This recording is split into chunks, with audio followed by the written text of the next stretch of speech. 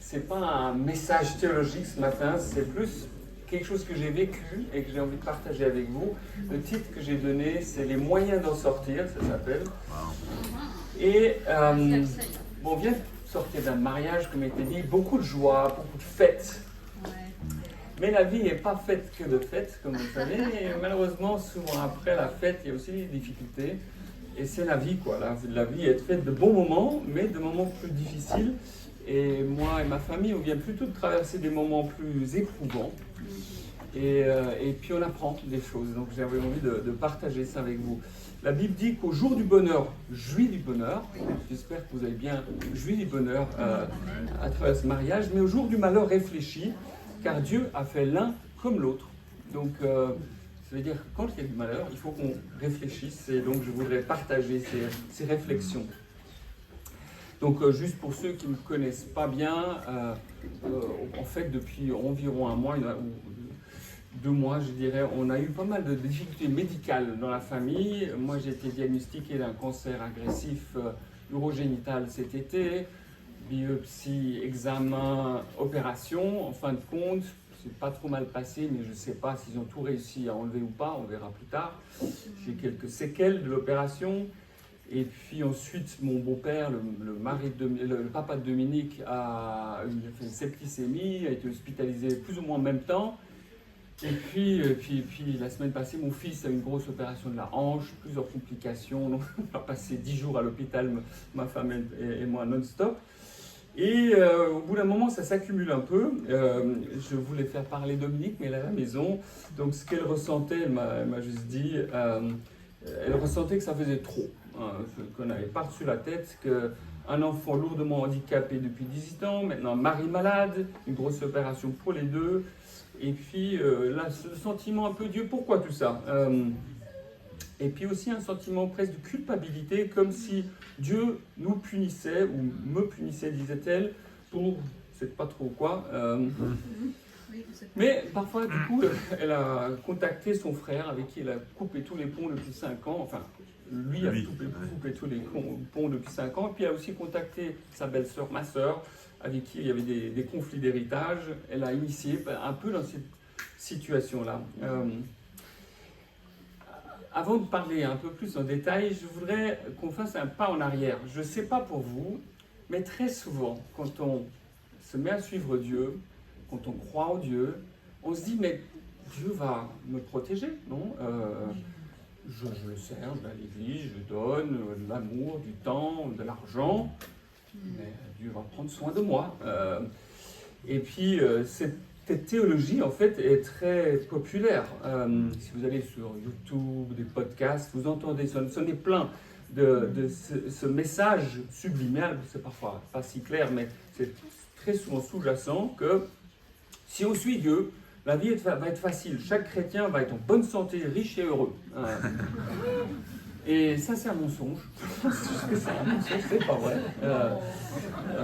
On aimerait bien, puis si vous êtes très très honnête avec vous-même, que vous faites un peu une introspection, on a tous cette croyance quelque part au fond de nous, que si on suit Dieu, ben, il va me protéger, il va prendre soin de moi, et j'aurai pas les mêmes difficultés.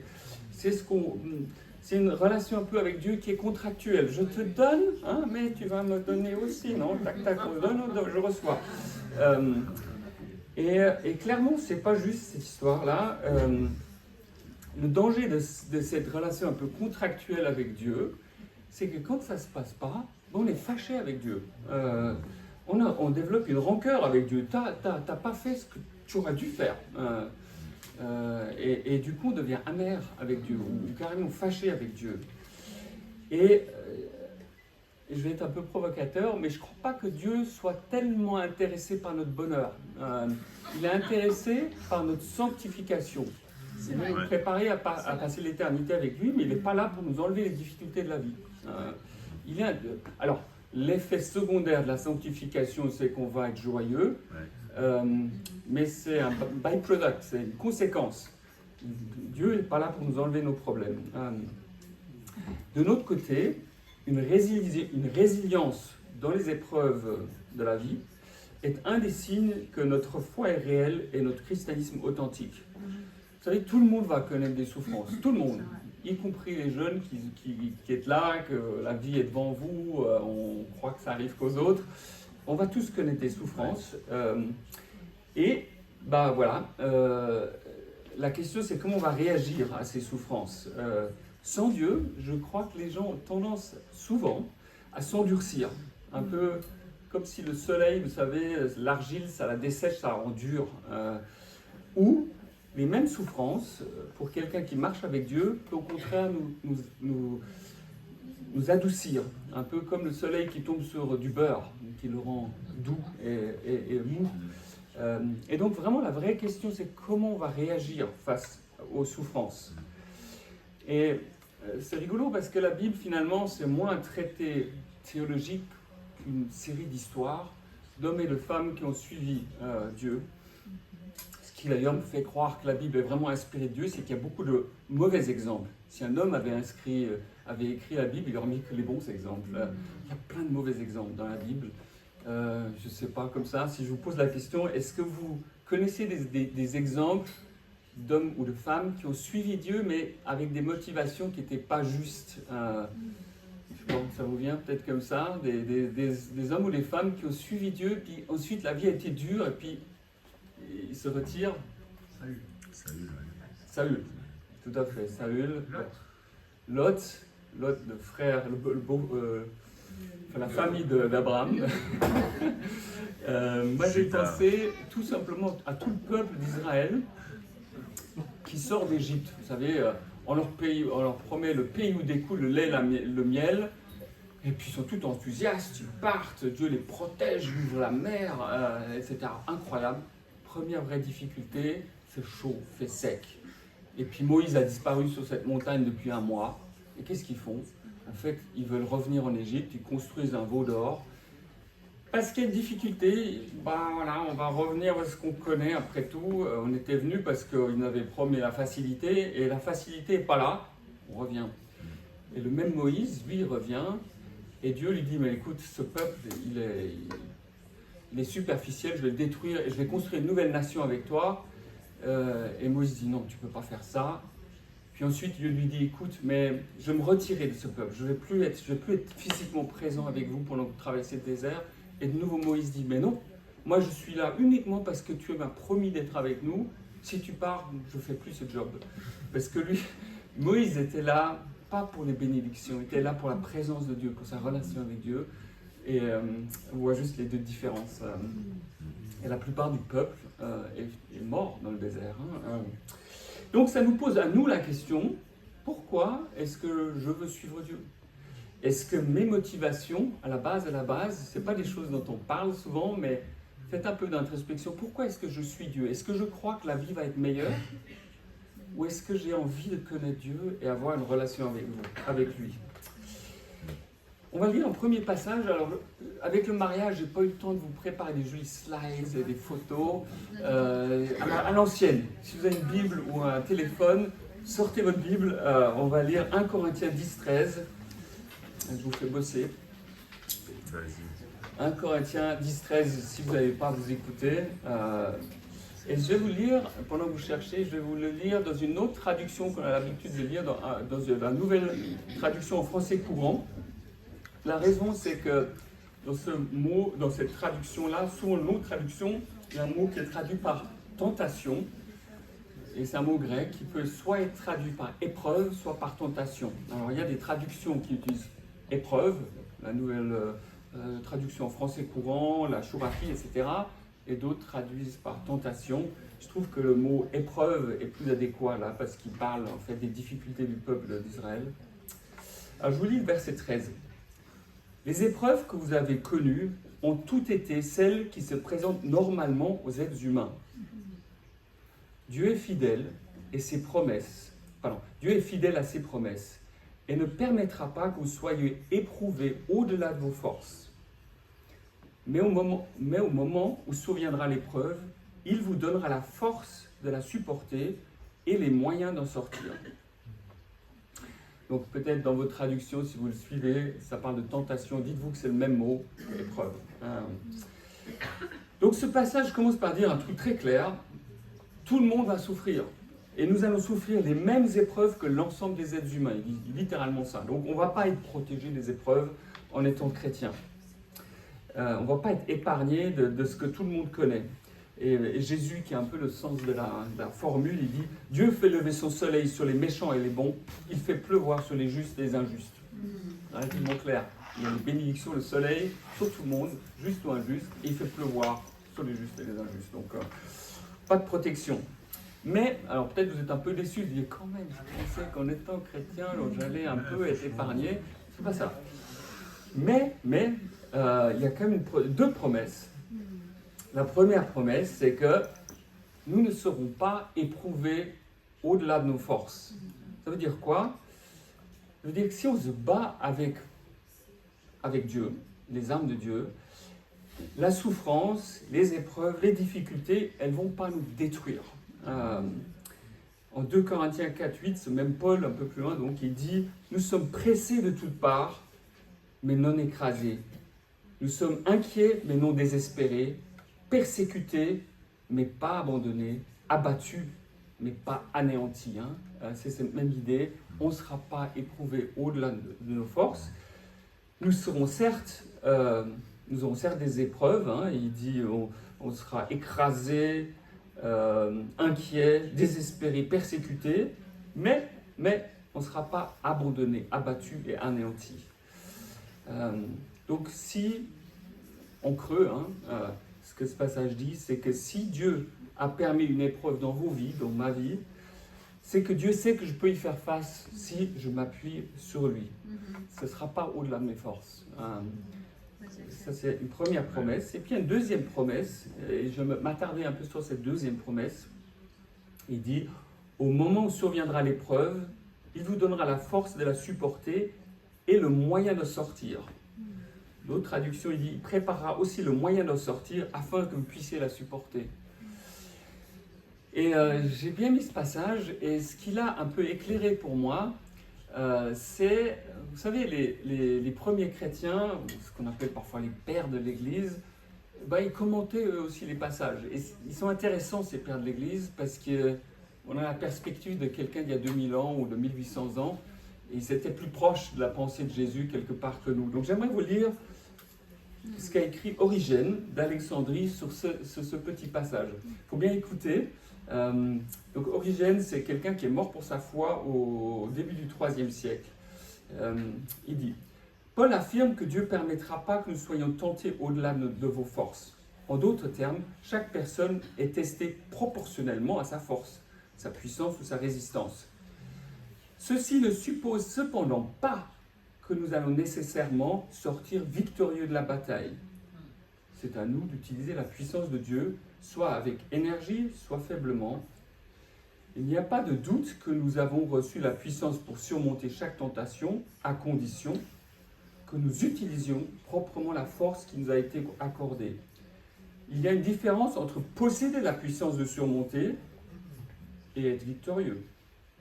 L'apôtre lui-même démontre par son utilisation prudente du langage en disant que Dieu préparera le moyen de sortir pour que vous puissiez y résister et non pas que nous puissions résister. En effet, beaucoup ne résistent pas et succombent. Il parle à une période où les persécutions, c'était physique. Il dit beaucoup de gens vont succomber, beaucoup de chrétiens vont succomber. Mais, il dit, mais pourtant Dieu vous donne le moyen de supporter, mais c'est à nous de les prendre, ces moyens, quelque part. Et ça m'a fait réfléchir, et m'a fait réfléchir aussi à ma propre sentiment, parce qu'il y a eu une période où j'avais vraiment la tentation un peu de me plaindre, de me dire, ah, c'est galère, Dieu, qu'est-ce que tu fais? Je lâche tout et je m'occupe de moi, que de moi. Vous voyez, ce genre de tentation. Et effectivement, la tentation, l'épreuve peut nous rendre amers, peut nous prendre notre joie, notre optimisme, et on peut devenir amer et cynique. Mais Dieu a dit dans ce passage qu'il nous donnera les moyens d'en sortir. Et avec ces moyens, on peut être victorieux. Donc ce que je voulais faire maintenant, pour le restant de ce message, c'est de discuter un peu quels sont ces moyens que Dieu nous a donnés pour sortir victorieux des épreuves. Parce que comme j'ai dit, épreuves nous avons tous, chacun à sa façon. Parfois, on a l'impression que nos épreuves sont toujours pires que celles des autres. Je crois que Dieu est juste, il ajuste en fonction de qui on est, mais il nous donne les moyens. Et pour ça, j'aimerais vous proposer qu'on lise un premier passage, un peu plus loin, dans 2 Corinthiens 1, 2 Corinthiens chapitre 1, versets 3 à 11. Je ne vais peut-être pas lire chaque verset pour gagner un peu de temps, mais en écoutant, j'aimerais vous demander de réfléchir de quels moyens est-ce qu'il parle dans ce passage. Parce que Paul, il a connu beaucoup de souffrances et il détaille un peu les différents outils qu'on a à disposition. D'accord ? Donc je vais vous demander, après la lecture du passage, je vais vous demander de quoi est-ce qu'il cause ici. Donc 2 Corinthiens chapitre 1, verset 3. Béni soit Dieu le Père et notre Seigneur Jésus-Christ, le Père plein de compassion et le Dieu de tout réconfort.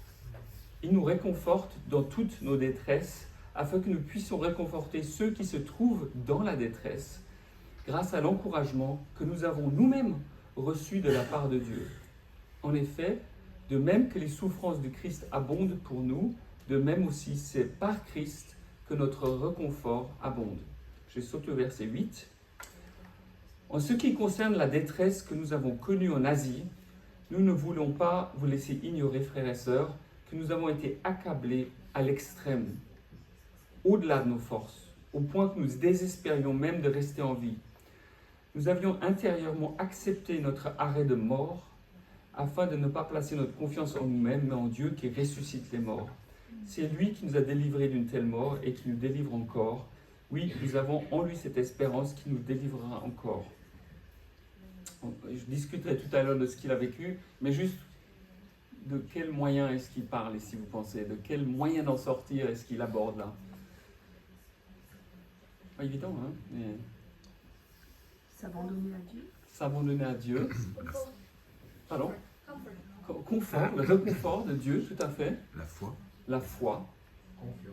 Confiance. Ouais, super. Oui, c'est ça, je crois. Hein. Parfois, on cherche du réconfort dans toutes sortes d'autres choses, non? Quand on souffre, parfois c'est les médicaments, les drogues, l'alcool, parfois juste la distraction, on regarde YouTube pour ne penser à rien. Vous voyez, on se cache dans le travail pour ne pas se retrouver face à nos difficultés. Enfin, on peut chercher du réconfort, le monde a beaucoup de réconfort, mais qui en général ne sont pas des vrais réconforts parce que ça finit par nous mordre. Et là, il dit, mais moi je cherche mon réconfort auprès de Dieu, dans ma relation avec Dieu. Et on voit Paul, qui pourtant est un géant spirituellement, il était un peu au bout. Il dit, j'avais plus de force, je ne pouvais plus faire face. On voit que c'est une grande période de souffrance. Et on ne sait pas exactement ce dont il parle. Il y a des hypothèses. Il parle d'Asie. L'Asie à l'époque, c'est pas la Chine. Hein. C'est une province romaine qui correspond à peu près à l'est de la Turquie. Vous voyez, Éphèse, c'était la capitale, si vous visualisez sur une carte. Donc il est là-bas et il a eu des grands succès à Éphèse. Hein. Ils ont vraiment eu un impact incroyable sur cette ville. On pense que jusqu'à 15% ou 20% de cette ville s'était convertie au christianisme. Qui était la principale ville d'Asie. Et juste derrière, en 1 Corinthiens 15, 32, il dit « J'ai combattu contre les bêtes à Éphèse ». J'imagine qu'il a été mis dans une arène avec des ours, on va savoir quoi, comme il a survécu, on ne sait pas trop comment, on aimerait bien avoir des détails, mais en tout cas, on voit bien qu'il a pensé mourir à ce moment-là, mais ça n'est pas arrivé. Mais en tout cas, il raconte l'expérience qu'il a eue. Et Paul nous rappelle que le véritable réconfort vient de Dieu. Premièrement, je crois, notre relation avec lui. Et peut-être pour être un tout petit peu plus personnel, dans ces moments de difficulté, j'ai ressenti à plusieurs reprises que parfois la Bible me parlait très personnellement. Encore cette semaine, je suis allé dans la nature et j'ai lu le psaume 107. C'est un joli psaume si un jour vous vous sentez éprouvé. Ça parle de 4 situations où des gens se sont sentis éprouvés et où Dieu les a secourus. Enfin voilà, c'est peu importe. Ça m'a vraiment, je me suis senti réconforté par Dieu à travers la lecture de la Bible. Ça peut être par la nature, ça peut être par une personne, par moment. Dieu utilise différents moyens. mais Dieu est derrière, il peut nous réconforter directement. Et je me souviendrai toujours, ici même, il y a peut-être 2 ans, on a vu la visite de Sacha et Maya d'Odessa, vous vous souvenez peut-être, et ils nous ont raconté l'histoire très dure où leur fille s'est fait écraser par un chauffard ou une chaufferisse, enfin une dame alcoolisée, et donc leur fille est morte. Et il racontait qu'il ressentait plusieurs fois par jour le désespoir et que chaque fois il priait. Et que chaque fois qu'il priait et qu'il revenait à Dieu, il sentait que Dieu le réconfortait, mais qu'il devait faire plusieurs fois par jour. Et au verset 5 de ce passage, il dit, voilà, son réconfort est surabondant. Et je pense un premier moyen qu'on a quand on se sent éprouvé, c'est vraiment d'aller vers Dieu et de prier et de demander à Dieu qu'il nous réconforte ce qu'il fait. Deuxième passage, tournez quelques pages, on est toujours en 2 Corinthiens, allons au chapitre 4, verset 7. Alors, de nouveau, je vous laisse écouter et vous demander, mais de quel type de moyen est-ce que Paul parle ici? Ce trésor, nous le portons dans des vases faits d'argile, pour que ce soit la puissance extraordinaire de Dieu qui se manifeste et non notre propre capacité. Ainsi, nous sommes accablés par toutes sortes de détresses et cependant jamais écrasés. Nous sommes désemparés mais non désespérés, persécutés mais non abandonnés, terrassés mais pas anéantis. Oui, nous portons toujours et en tout lieu dans notre corps la mort de Jésus, afin que la vie de Jésus soit elle aussi rendue manifeste dans notre corps. Je saute au verset 16, gagner du temps. Voilà pourquoi nous ne perdons pas courage. Même si notre être extérieur, notre corps physique, se détériore peu à peu, intérieurement, nous sommes renouvelés de jour en jour. En effet, nos détresses présentes sont passagères et légères par rapport au point insurpassable de la gloire éternelle qu'elle nous prépare. Et nous ne portons pas notre attention sur ces choses visibles, mais sur les réalités encore invisibles. Car les réalités visibles ne durent qu'un temps, mais les invisibles demeureront éternellement. Nous le savons en effet, si notre demeure, cette tente que nous habitons sur terre, vient à être détruite, nous avons au ciel une maison que Dieu nous a préparée, une habitation éternelle qui n'est pas l'œuvre de l'homme. Car dans cette tente, nous gémissons, parce que nous nous attendons avec un ardent désir de revêtir par-dessus l'autre notre domicile, qui est de nature céleste. Si bien sûr, cela se produit tant que nous sommes encore vêtus de notre corps, et non quand la mort nous aura dépouillés. Passage dense, désolé, mais il dit plusieurs choses. D'abord, Paul dit que loin de nuire, les détresses, les épreuves, elles le préparaient à recevoir une récompense éternelle. Et quelque part, on sent Paul qui dit, bon, voilà, c'est passager cette histoire, là-bas, il y a autre chose qui m'attend, qui va être tellement mieux, tellement plus beau, que je peux traverser cette épreuve. Donc il y a une sorte de perspective éternelle qui dit que je ne regarde pas ces choses visibles, je me focalise sur autre chose qui est devant, les choses invisibles, il dit. Donc il met un peu en parallèle les choses éphémères d'ici-bas par rapport aux choses éternelles. Et quand on porte son attention sur ces choses sûrement visibles, les réalités visibles, ça nous décourage. Mais quand on regarde les choses invisibles, on peut rester joyeux et plein d'espoir, même si le moment ne l'est pas. Il dit littéralement, les choses visibles ne durent qu'un temps, mais les réalités invisibles sont éternelles. Et pour être un peu personnel, ce qui s'est passé quand j'ai appris mon diagnostic, vous avez beau être médecin vous-même, quand vous vivez un truc comme ça, vous ne pouvez pas raisonner comme vous pouvez raisonner avec vos patients. Donc je me réveillais volontiers à 2-3 heures du matin avec un petit bobo, mal au dos, souvent mal au dos, à l'épaule, et c'était sûr, j'avais la métastase, c'est comme ça que je réagissais, et du coup je ne dormais plus. Je me levais, je me baladais dans l'appartement. Et à ce moment-là, j'essayais de prier, mais j'étais inquiet, anxieux. Et la seule chose, vraiment la seule chose qui me calmait un peu, c'est littéralement de visualiser l'éternité. Me dire, bah, à la limite, c'est pas si grave. Tu vas être avec Jésus. Et puis je visualisais l'éternité. Et ça calmait un peu le truc. Et puis je pouvais, 1 heure plus tard, peut-être redormir. Et j'aime beaucoup l'image que Paul, il essaye de vraiment nous faire comprendre.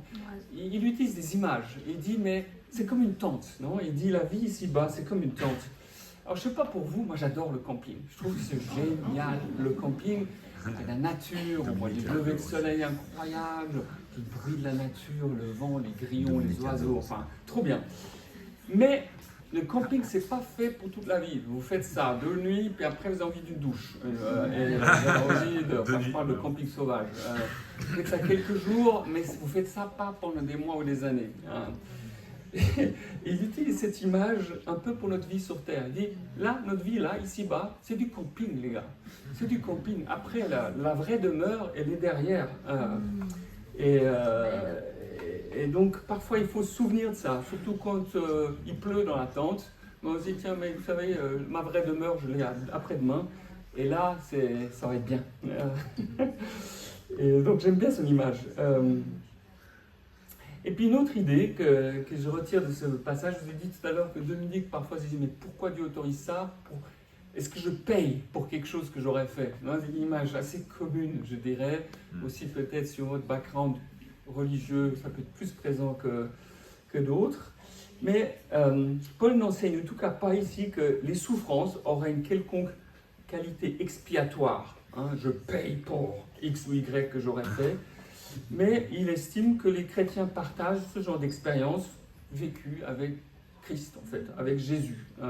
Donc Paul ne cherche pas à vous culpabiliser quand on souffre.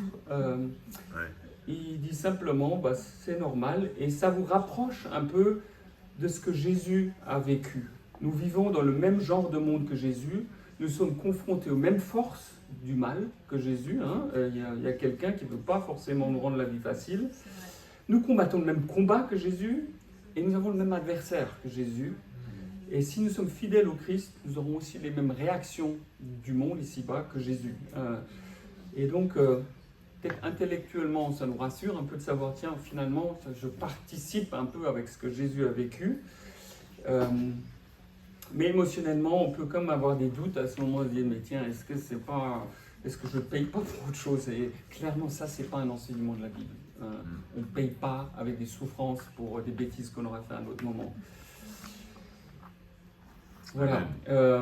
Et j'ai un dernier passage, après, mais un dernier outil, un dernier moyen d'en sortir.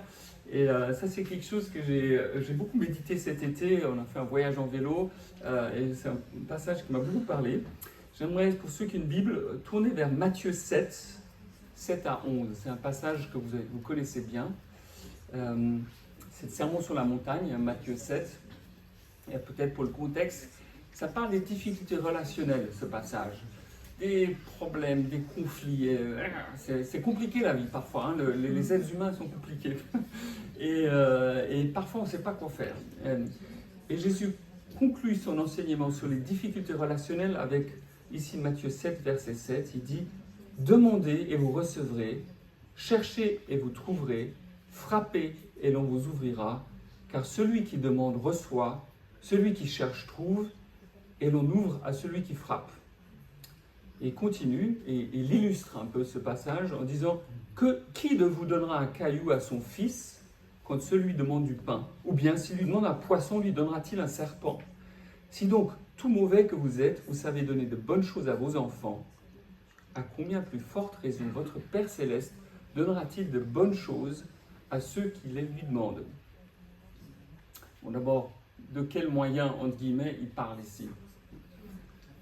C'est de quel outil pour nous en sortir il parle? La prière, ouais. Demander, frapper, demander à Dieu. Tout à fait, la prière. Ceci dit, je pense que ce passage, on l'a souvent sorti de son contexte. Je vous raconte une expérience personnelle. Quand j'ai donc un enfant handicapé qui est né, et puis une sœur, plein de bonnes intentions, m'a dit Dieu nous promet que si on prie et qu'on demande, il nous donnera. Donc on va prier pour que ton fils soit guéri de sa trisomie 21, et si on a la foi, il va être guéri. Alors je ne dis pas que Dieu ne peut pas faire ça, il peut faire ce qu'il veut, Dieu, mais est-ce que c'est vraiment ça que ce passage dit ici, qu'il faut prier pour que Dieu nous enlève nos épreuves? Est-ce que c'est vraiment ça qu'il dit?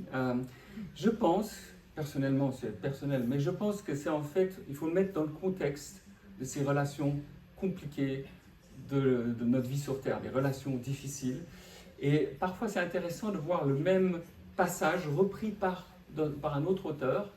Et Jacques, qui était aussi sous le Sermon de la montagne, en fait, il reprend assez fidèlement le Sermon sur la montagne. Vous avez exactement les mêmes thèmes que vous trouvez dans Matthieu, repris dans Jacques, mais avec d'autres mots. Et donc je vous propose de lire ce même passage, mais vu comme Jacques s'en souvient. Et je vais le lire, peut-être vous voulez juste l'écouter, c'est dans Jacques 1, versets 2 à 5. Il dit « Mes frères et sœurs, quand vous passerez toutes sortes d'épreuves, considérez-vous comme heureux, car vous le savez, la mise à l'épreuve de votre foi produit l'endurance. Mais il faut que votre endurance aille jusqu'au bout de ce qu'elle peut faire pour que vous parveniez à l'état d'adulte, que vous soyez plein de force, des hommes faits auxquels il ne manque rien. Si l'un de vous manque de sagesse, qu'il la demande à Dieu, qu'il la lui donnera, car il donne à tous généreusement et sans faire de reproches. » Et c'est une réflexion. Est-ce que la promesse de demander, de frapper, etc., est-ce qu'il n'est pas, c'est pas dans le contexte des difficultés où Dieu nous dit, mais demandez la sagesse, parce que les relations, c'est compliqué. Les épreuves, c'est difficile, et on a besoin de sagesse, de savoir comment réagir. C'est pas qu'il nous demande, en général, sortez d'un complexe, j'ai une difficulté, Dieu enlève cette difficulté, ou j'ai envie d'une voiture, je demande une voiture, ou un appartement, etc. Je ne crois pas que c'est ce qu'il est en train de dire. Mais il demandez la sagesse, et je vous donnerai la sagesse dans ces épreuves. Parce que dans les deux passages, on voit que ça suit un enseignement sur les épreuves. Donc voilà, Jésus ne nous promet pas forcément qu'il nous donnera ce qu'on a envie d'avoir, mais il nous donnera un moyen de sortir à travers la sagesse qu'il veut nous donner. Pour être sûr qu'on a bien compris, en fait, il nous raconte une parabole derrière, et il dit « demandez, frappez, machin », et je vous donnerai. Et juste derrière, il donne une petite parabole pour illustrer cette histoire. Et il raconte cette histoire d'un parent, père ou mère, à qui l'enfant demande à boire ou à manger, un bout de pain. Il dit, mais qui d'entre vous lui donnera un caillou? Personne ne ferait ça. Ou qui veut un poisson et lui donnera un serpent. Un parent ne ferait jamais ça. Et en fait, pour ceux d'entre vous qui sont parents, quand nos enfants nous demandent quelque chose, en général, on sait presque avant qu'ils nous demandent ce qu'ils veulent, non? On sait, il vient avec vous, vous savez qu'il a faim ou qu'il veut vous emprunter un truc. 9 fois sur 10, on sait ce qu'ils veulent. Ouais. Avant même qu'ils demandent, mais on aime bien qu'ils nous demandent quand même. Dieu est comme ça. Il sait ce qu'on veut, mais il veut bien. Enfin, moi, je sais que mon Sévan, s'il veut une tartine le matin, il doit faire la phrase. Sinon, pas de tartine. C'est le moyen de le faire parler, en fait. L'inverse est vrai aussi. Vous savez, vos enfants, en général, ils connaissent votre réponse avant même qu'ils vous posent la question. Ils vous connaissent bien. Ils savent que, je ne sais pas, vous venez dans une dispute avec votre frère, lui demandez, ils savent déjà ce que vous allez répondre. 9 fois sur 10, ils connaissent votre réponse avant d'avoir même ouvert la bouche. Et je pense que Dieu est comme ça avec nous, en fait. Il sait ce dont on a besoin, mais il veut qu'on pose la question. Et inversement, si on a une relation avec Dieu, au moment de poser la question, de prier, on sait déjà plus ou moins ce que Dieu a envie de nous. Et ça, c'est vrai si notre relation est profonde avec lui. Et peut-être que cet élément-là, c'est un début de réponse à la question, parce que ça nous est tous arrivé. On a prié de la sagesse, et Dieu n'a pas répondu. Moi, je sais que ça m'est arrivé plusieurs fois. Dieu, aide-moi de savoir qu'est-ce que je dois faire. Et j'aurais voulu que Dieu ouvre le ciel et me montre. Il n'y a rien eu. Et c'est un peu frustrant. Et en fait, je crois que très souvent, on voudrait que Dieu soit un peu comme ChatGPT. Vous savez, vous dictez un truc, comment faire un gâteau à la noix, et drrr, ça dit la réponse. On voudrait que Dieu soit comme ça. Et Dieu n'est pas ChatGPT, la Bible non plus, c'est pas ChatGPT. C'est pas comme ça que ça fonctionne. Mais Dieu veut qu'on lui demande la sagesse et qu'on la demande régulièrement, de façon répétée, etc. Et à travers ça, on développe une relation. Et en fait, presque par osmose, j'ai envie de dire, on commence à connaître la sagesse de Dieu. On commence à savoir quelles sont les intentions du Père, de générosité, d'humilité. On commence à connaître la sagesse de Dieu à travers notre relation avec lui.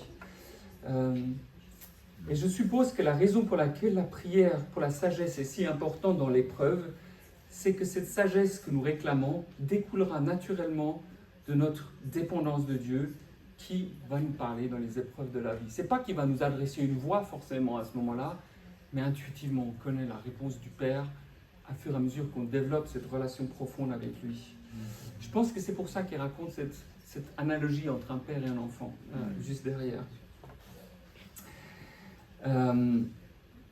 Excusez-moi, je suis perdu.